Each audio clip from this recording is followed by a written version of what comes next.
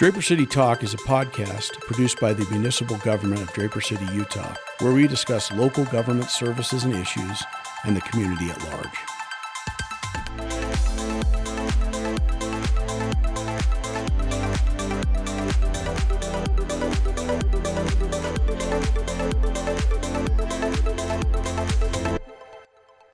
Well, hello, Draper City. We're excited to be here with you. I've got two very good guests with me today.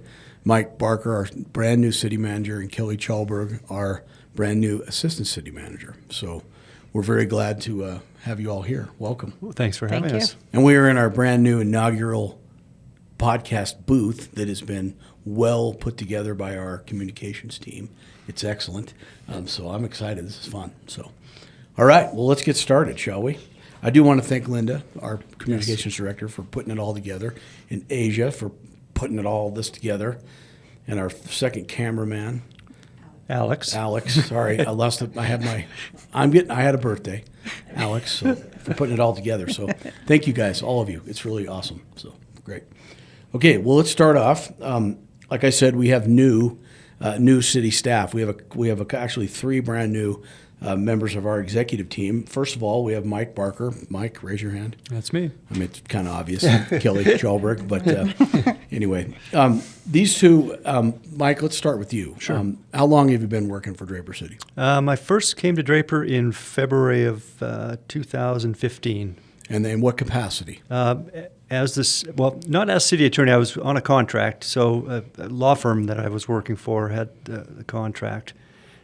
So I started in February of 2015, and then was hired full time as the city attorney in September of that year.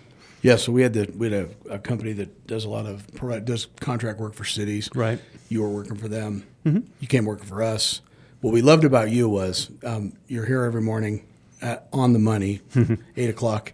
You come ready to work. You work your tail off. You always did, and we liked it. So that's why we hired you, because we were like, well, this guy, he's got it down. He knows how to do it. So. I was going to say it's going on 10 years, and it's been a 10 years as our city attorney, but you've done a lot of other city attorney. Give us a little bit more about your background. I first graduated law school in '93 from the J. Reuben Clark Jr. Law School at BYU, and that was in '93. Kind of graduated into maybe a little rough legal climate. That it was kind of going through a little bit of a recession. So jobs, regardless, I hung up my shingle for 2 or 3 years, and in January of '97, was hired on with Orem City as one of their city prosecutors, and I worked on the criminal side of that office for about 10 years, and then made the transition to the civil side of their office, and then left in 2015. November of 2015 to become the chief legal counsel for the Unified Police Department, which was just forming at 2009. Yeah, I was going to say, go back. Yeah, I jumped a few years there. In 2009, and so they were just organizing at that time, and then stayed there until February of 2015. So you got to see the city side from our criminal side, which is Class B misdemeanors, prosecution. Yeah. Sometimes that can be busy. I was going to say, as you well know, as have worked on the defense side, it's take 90 files into the courtroom and get through them by lunch. And depending on how active your police department is how busy your court is. But Absolutely. Anyway, no.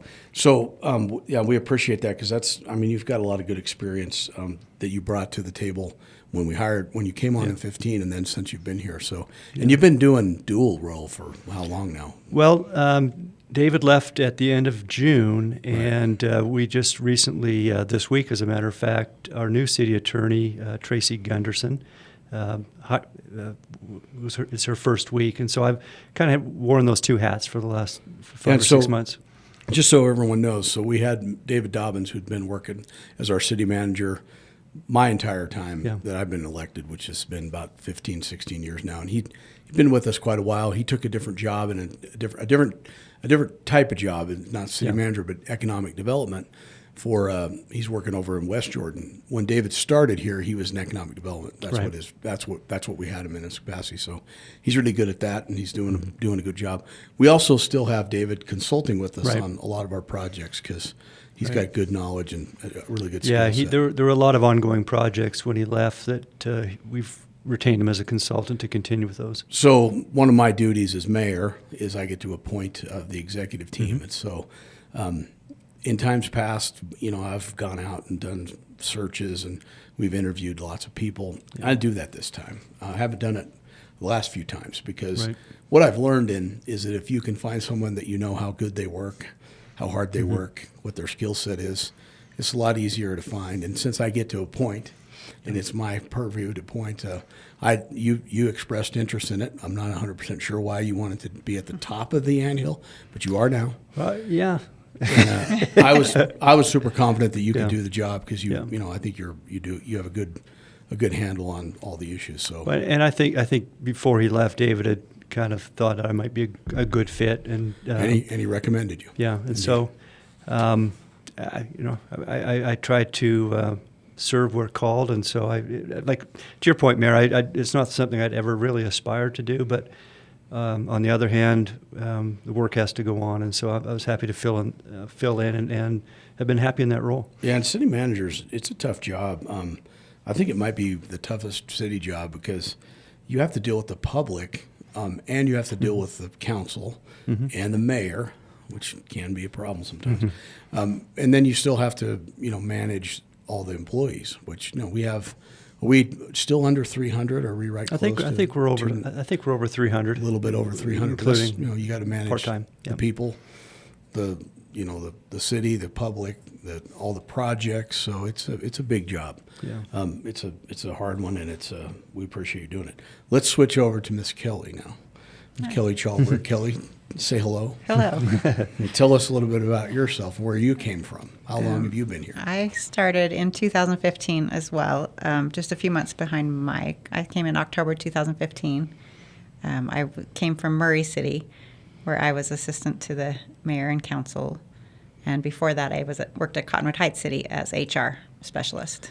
Okay, so you've got a lot of city experience as well. I think I got about 16 years. And you started in the same capacity with us, was assistant to the... I started as, I think I was executive assistant to the mayor, city council, and city manager. So you were kind of keeping all of us herded.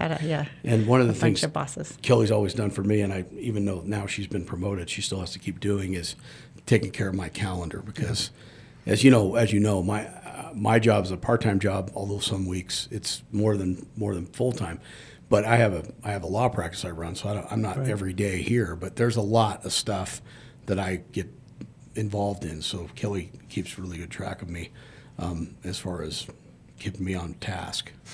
And she's yet to make a mistake that I've noted. I don't know. I think I might have made one when you were traveling one time, but one. She knows. She knows. Sure, I've made plenty. Put me on the aisle. That was a biggie. Put me on the aisle, not by the toilet, Yes. but just somewhere near on the aisle on the plane. But anyway, I do know his preferences now. that's I right. think. She's awesome. And I've actually known Kellie a long time. We went to high school at the same time, same high school, Alta High School. So I've known Kellie and her sisters. Our family friends, and we've known each other for a long time. But we're really glad to have you. So tell us a little bit about your education. Because I went to Alta High School, grew up in Sandy, went to BYU, Hawaii for a year, and then graduated from BYU. Two Cougars on the couch. I know. Two Cougars on the couch. International Relations and Spanish minor.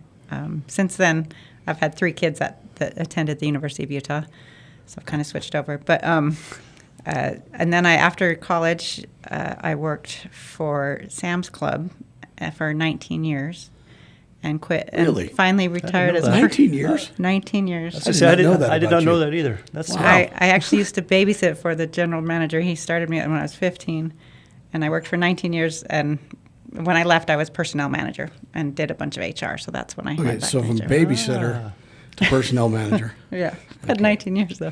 But they were very flexible with, when my husband was in law school, we went back and forth, and so I could always find a Sam's Club to work at, so it was nice. Wow, I had no idea. This is revelatory here. Indeed. Wow. Well, okay, Sam's Club. Tell us a little bit about.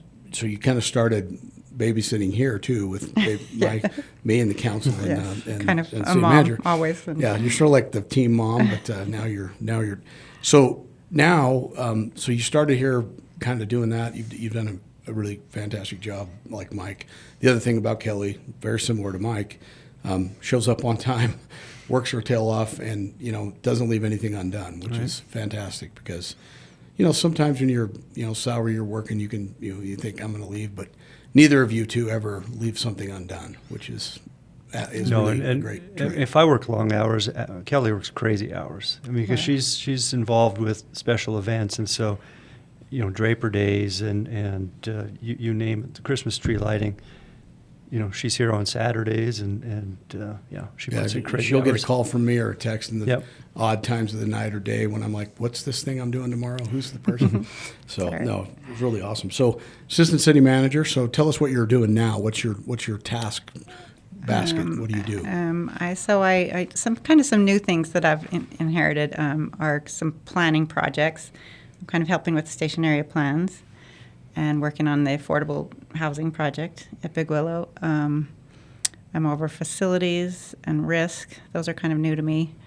And then I still am over events and youth council and a few Draper things like Days. that. Draper Days is a Days. big one. We have a great events manager, so he doesn't require a lot of supervision, but it's a big big event. That time of year is always, and Yeah. we're already just about ready to start planning that Right. now. We're Yeah. actually already are planning, but we're about That's ready right. to pick the bands here soon. We were just talking about them this morning. So. Okay, so let's, and then of course we have a brand new city attorney that just started this week. Her name's Tracy Gunderson. Yep. We'll have to have her on at some point and talk to her. But Tracy was a longtime Draper resident. She doesn't live in the city anymore, but she spent time on our planning commission. Very competent attorney and excited to be here. So we've got kind of the new legal staff, new city management staff, and we have a great staff of people. Absolutely, we do. We've got a lot of our directors have been in place for several years. Yeah, I mean, I go down the list and I think they're all fantastic. Yeah. So it's amazing. Okay, let's talk a little bit now, if you don't mind, about our accomplishments for the year. I guess it's how you always look back and think, what have we done besides? And sometimes you just feel like you're getting anything done, but we got some good stuff done this year. If you don't know as a public, or if you hadn't been following it, for a long time we've had an issue with Geneva Rock, and if you don't know who Geneva Rock is, it's the big gravel pit at the point of the mountain. Right. And what happened is they own a large portion of the point of the mountain, including a giant V, if you will. Mm-hmm. I call it the Steep Mountain V, Right. that Geneva Rock owns. And the V encompasses the old Widowmaker hillside. So if you're an old Draperite or someone who lived in Sandy back in the 80s, you know what the Widowmaker was. It was one crazy party of all kinds of crazy riders, but people would try to ride a motorcycle up the face of Steep Mountain right above the flight park, and some of them made it, some of them didn't, but it was a wild place. I went there one time as a teenager because I got to tell you, I had to get out quick. It was way too wild for me. So it was, but anyway, so if you look at the flight park, and you look up at the mountain, you see the scars from the Widowmaker rides. But Geneva owns that face of that mountain, and they own behind it, and they own up the canyon, and they have their goal, of course, when they bought it, was to mine it, to get gravel and sand and the stuff that they sell and do.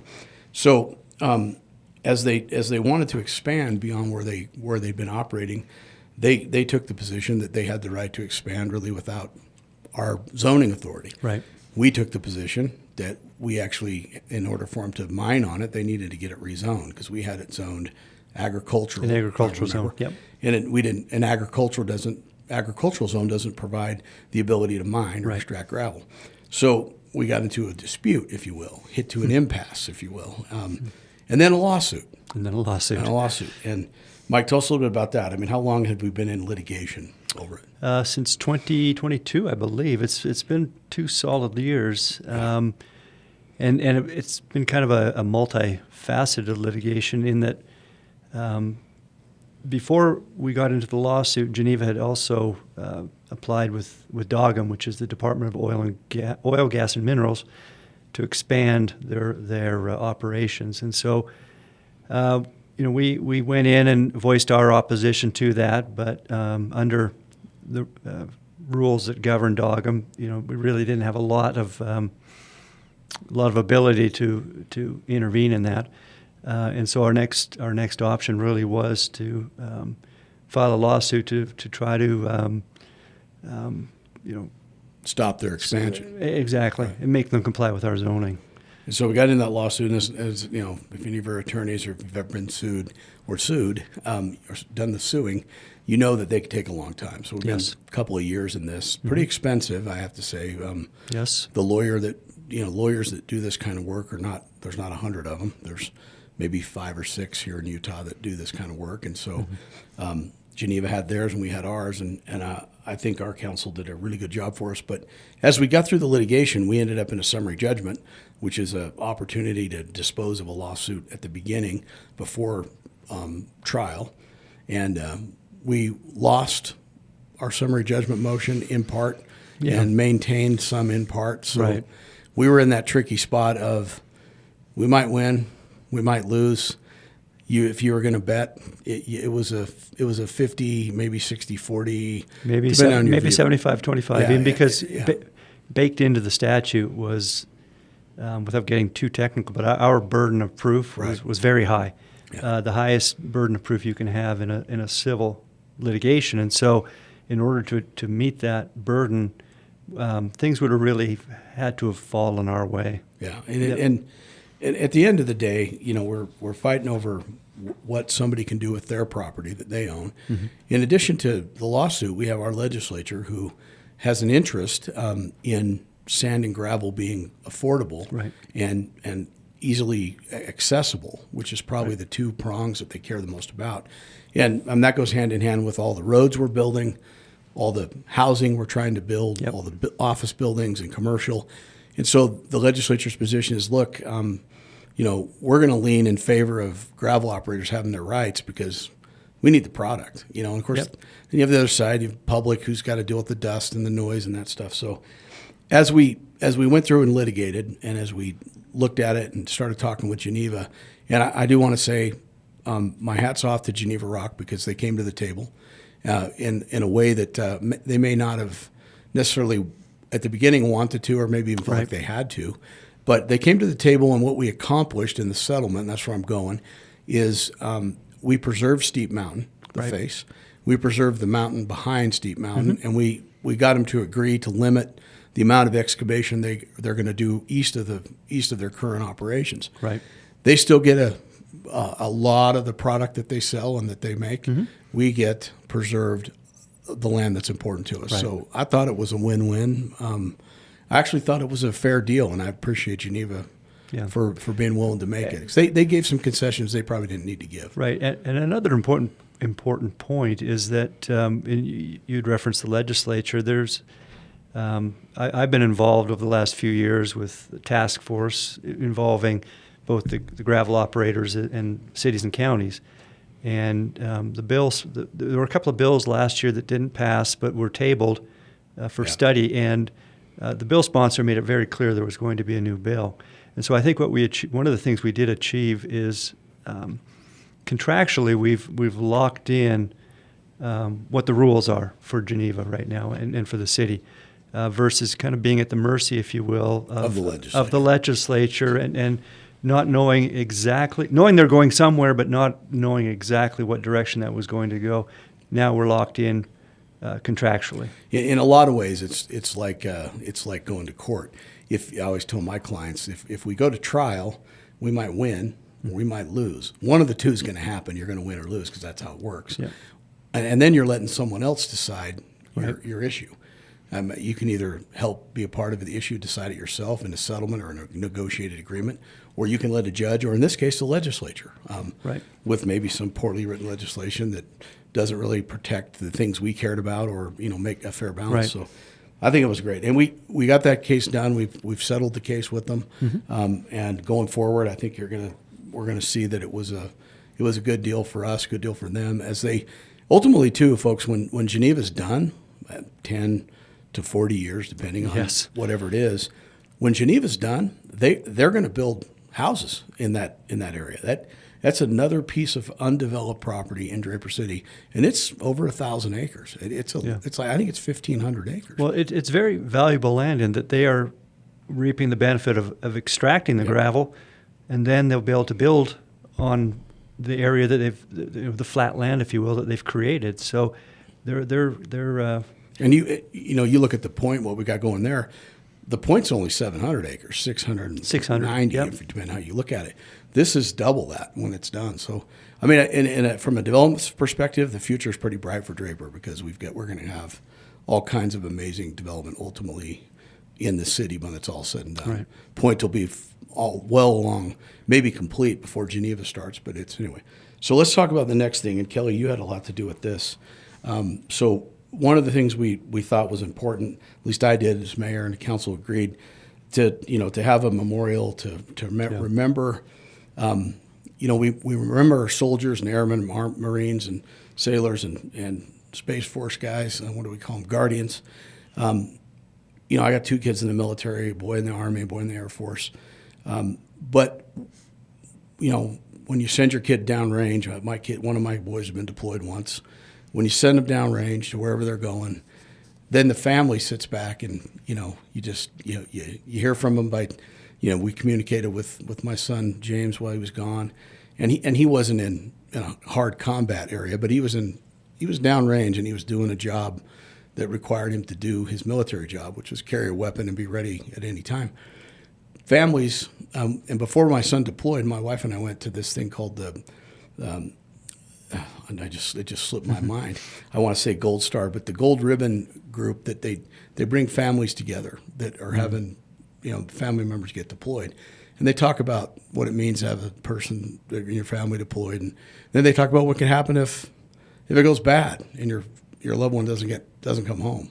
And so they kind of prepare families. It was a very interesting experience to go through. I really appreciate it. But the Gold Star Memorial is a memorial that's now in Draper Park that is a memorial to families that have lost loved ones or family members in combat or in combat-related deaths as they've served our country. And so this memorial is a place for people, all of us, to reflect on what it's like as a mom, dad, brother, sister, husband, grandson, grandpa, to lose someone in combat or in service of the country. So Kellie, tell us about the Gold Star. You kind of headed that up too. So yeah, it was a really rewarding project. We had a great committee made up of several Gold Star families, and so they gave their input, and we wanted to really make something special. And then we had some amazing sponsors, some local Draper residents that stepped up and helped fund it. We bought them a monument from the Woody Williams Foundation. And then we, created this beautiful landscape around it, and it just kept getting bigger and bigger. And I think it turned into something really nice. The families were happy, and we had an area of the park you might remember if you've been to Draper Park by the flagpole. There was a sand pit, i.e., cat litter box, or it was an area where we used to have that weird exercise equipment. It was that back in the day when all the cities had, you'd run around and hit these exercise stations. But we took that out a long time ago. So you had this pit, and then you had an area that was really kind of a volleyball area, but never been used. Yeah. And then so we were able to create the plaza and then actually open up some pretty, open space behind it with all the grass. And we tied it in. It really turned out good. So you said Woody Williams Foundation. Tell us a little bit about what they are. So I don't know the number of monuments they have around the country. I think we were I want to say 3rd or 4th in Utah. Several other cities are adding them now. But they just, you probably know the story better of Herschel Woody Williams, but they're the foundation that really supports the families that have lost somebody. Yeah, Woody Williams was a Medal of Honor recipient. I think he earned the Medal of Honor on Iwo Jima. Yes. As a Marine. Amazing guy. If you can go on the website and read his commendation for his Medal of Honor, it's quite amazing. Heroic, amazing people, greatest generation. But Woody, when he wanted to kind of give back to the country for, what he felt like he got as a soldier, and was this foundation to remember families, because Woody had a lot of buddies that didn't get off Iwo Jima. Right. And they had some people. They had several from the foundation come out to the ribbon cutting and groundbreaking, and They usually have a family member somewhere down the line, I Yeah, think, that yeah. comes along. and they were really pleased with the way ours turned out. So if you haven't been to our Gold Star Memorial, I encourage you to go. It's at Draper Park. It's by the old pavilion, right by the flagpole. Right. There's a plaza. I frankly think I think Kellie did. I think you guys did as good a job. I think it's a DC quality monument. It really is. I've seen two others of the Utah ones, and I think ours, of the ones I've seen, is hands and way above. Yeah, and like I say, our goal wasn't to be better than the other cities, Right. so we appreciate every city that's done it. It's still, Right. it's doing the job of remembering what these families go through. But we wanted one that was the one that you could really come and feel the power of what it means to lose a person, and it just turned out amazing. And it provides a focal point for our Veterans Day celebration. Yeah, in fact, our first time this year was Yeah. the first time we used it for that, and I thought it was fantastic. Yeah. It was really good. We had a Vietnamese rear admiral retired come and speak to in front of it. It was beautiful. If you haven't been, come look at it. The monument itself has panels on the back that we picked as the city council picked. And then we have the flag for every single branch of the service. We have some benches that represent each branch. And we have we have a plaque to the unknown soldier. We have, we feel like we covered kind of all of it, so it was, but anyway, Kellie, thank you for all your work on that. There was, I don't know how many meetings you had. There was a lot of them. There were a lot. Yeah, it was about a year and a half probably of monthly or bi-monthly or then weekly, and yeah. And it's delicate because Gold Star families, they got feelings. Absolutely. And they want it to feel and be a certain way, and so you got to work with them and all the vendors. And I will say our vendors that stepped in, they did amazing work. So it's just tremendous. So if you haven't seen that, folks, please go sit there and enjoy the monument. It's fantastic. Let's talk a little bit next about one of the next things we did. We had one of our council members, Calvin Roberts, decided he wanted to move on and get off the city council. I don't know if the mayor drove him nuts or what, but he decided he wanted to run for the House, the Utah State House. He ran and he won, and so that created a vacancy on our city council. And so we went about the process, and this is interesting to talk about because it was an interesting. It's an interesting process. I guess that's a good way to say it. Recently, Midvale had a mayor resign, and they just picked. We'll talk about how they ended up picking the new mayor, which is how we could have ended up picking someone had it gone. So the way it works is when you have a vacancy, someone is going to fill that vacancy, and they're going to serve the remainder of the term of the person who left. So in this case, Mr. Roberts had 2 years left, right? Am I? Well, Year and yeah, couple months. he was 1 year into a 4-year term, but you can't appoint somebody for more than 2 years, and so the person that was going to be appointed would have to run next fall to finish the last 2 years of his term. 2 years. Yeah. So they get appointed for a year, and then they got to run to finish the last 2. Yeah. Okay, so when you have this vacancy, the statute that talks about how you fill it is not detailed. No. It's vague, and frankly, I think it's the right balance. Quite honestly, I have no issue with the way the statute's written. I think because a council is going to pick someone to fill the spot for 1 year, it's not forever. The council gets the right to pick who they want, provided that person applies. So we had to set up an application process, and we had a time frame for people to apply. And I think we had like 51 people. Yes. And Marcia Vaudry applies, one of the 51. Marcia is a longtime duly elected former city councilwoman who retired at the end of her last term. All of us have worked with her. We all know her. And so the controversy comes from how did we handle it once we had this application with this pool of 51 people. So what we decided, the statute requires that you have an application period and that you let them be heard.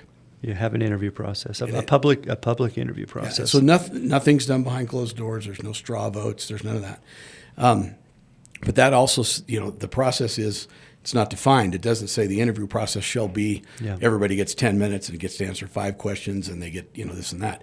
That's not it. That's not it. And this really ultimately is a political appointment at the end of the day, because in my mind, you have politicians making the appointment. So Right. it is by definition political. So it's not like a job interview where you although many gave their resumes, it's not, you're not looking for technical criteria. You're looking to get some information about people, and then we do the interview. Right. And what the council chose was to do the interviews all on the same night. So by the time we did the interviews, the listed kind of dwindled down to 40. I think it was up down to about 48, 48, and then a few didn't actually Yeah. show up on the night of the So we interviews. interviewed like 40. of them. 41, yeah, I think. So everybody got 3 minutes, and everybody got to get up there and make their case in 3 minutes. And I know some weren't happy; they wanted longer, they wanted questions, etc. But the process they picked is the process they picked, and so, and then, we got done with and it was very efficient. I wanted our city recorder, Laura Oscarson, man, she set it up. It was fair. Everyone, Yep. everyone got synchronized. And got an opportunity, and if you've been to our meetings, we hold the 3-minute rule. We held it, and so the council, when they're done with the room full of people, because all of this has to be done in the open. Councilwoman Johnson made a motion to appoint Marsha Vaudry, and it was seconded by Councilmember Green, and then they voted, Yeah. and that's how it happened. Yep. What are your 2 cents on that, having seen? I think with that size of a candidate pool, the options to how to do it were very limited, and I think the council picked a method that was efficient, and quite frankly, it was open in terms of having the applicants decide both in their written submission as well as their oral, if you will, their interview process, to highlight what they thought was important to them, what would maybe differentiate themselves from the other candidates. And so I think we all were in agreement that it was a very, very talented candidate pool. Yes. Some very highly accomplished folks threw their name in the ring. And but I think in terms of the process, we met the statute, and as you point out, Mayor, it's a political process. So at the end of the day, it's really up to the voting members of the council to decide individually